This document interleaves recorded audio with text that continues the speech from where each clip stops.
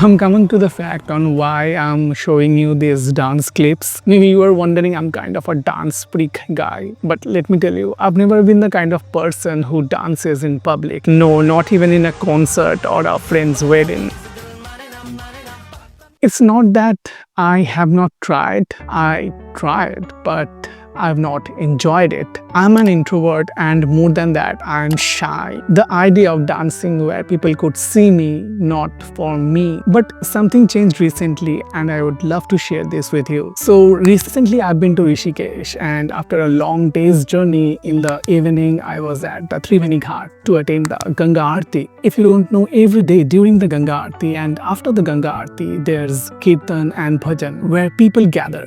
Locals, families, travelers, and they dance. No choreographies, just movement, hands up, feet doing their own thing. People forming a ring, holding shoulders, moving in circles, spinning around in their own joy. This time I couldn't resist myself, but joined them. And I danced like mad. And in that moment, something cracked inside me. I experienced a feeling that I had never had before. I felt joy that I never felt even when I tried dancing in the clubs or other public areas. I danced for 15, maybe 20 minutes, and I was not tired. I was buzzing. It was like my body had become a container of feel-good energy, not just endorphins, but something deeper. And from that time, I kept asking myself, what was that? Why I was feeling like this? And I was quite sure all the people there were feeling the same. It also made me think that Indian tradition of dancing in a joyful expression of devotion. We didn't just dance for fun, we danced to feel something higher. And recently regarding this, someone said a beautiful thing to me. In Indian tradition, dance is not just an art form, but a prayer in motion. Now I somehow get it, connecting the dots backwards. If we look at the Indian tradition, then in 15th century, Chaitanya Mahaprabhu, who led people into spiritual ecstasy through kirtans, chanting and dancing in the name of Krishna, losing themselves in divine love. Mirabai, the poet saint who danced in temples, completely absorbed in her longing for devotion. Her dance wasn't for anyone to see, it was between her and the divine. Orthayam from Kerala,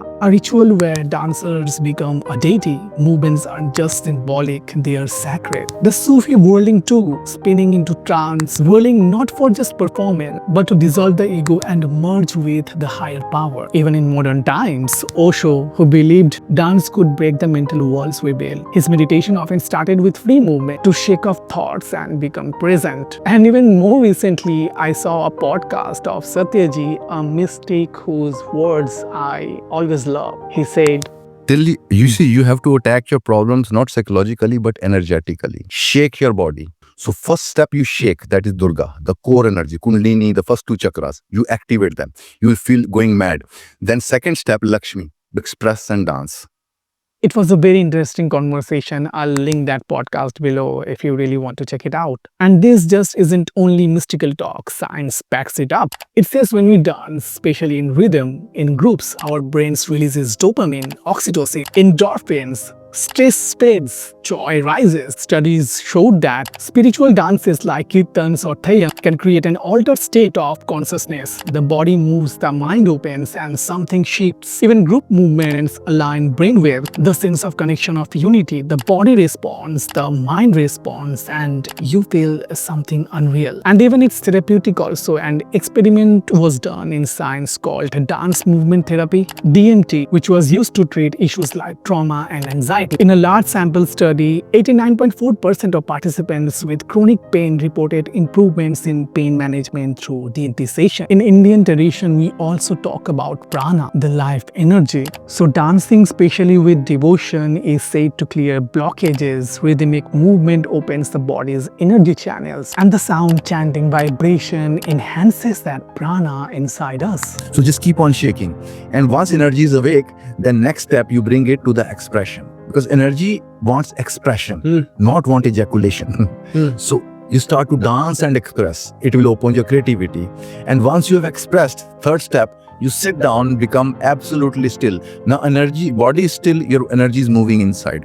It starts to open other channels and it activates your third eye, the wisdom. And that explains what I felt in Rishikesh. The dance was not just physical, but emotional, mental, spiritual. It was a release, it was a surrender. It was me letting go of my self consciousness and opening up to something higher. And in that feeling, there's freedom. So now, even though I'm an introvert, I don't hesitate. If I see gathering like that, I make myself join because I know what's waiting on the other side. It's not about just connection with others, but a connection with myself. So here's my opinion to you. If you're like me, quiet, hesitant, introverty, I'll tell you this. If you ever get a chance to dance like that, take that opportunity. Forget steps, forget how you look, forget how others will look. Just move. It will free your mind. It will open you up, not just to others, but to you. And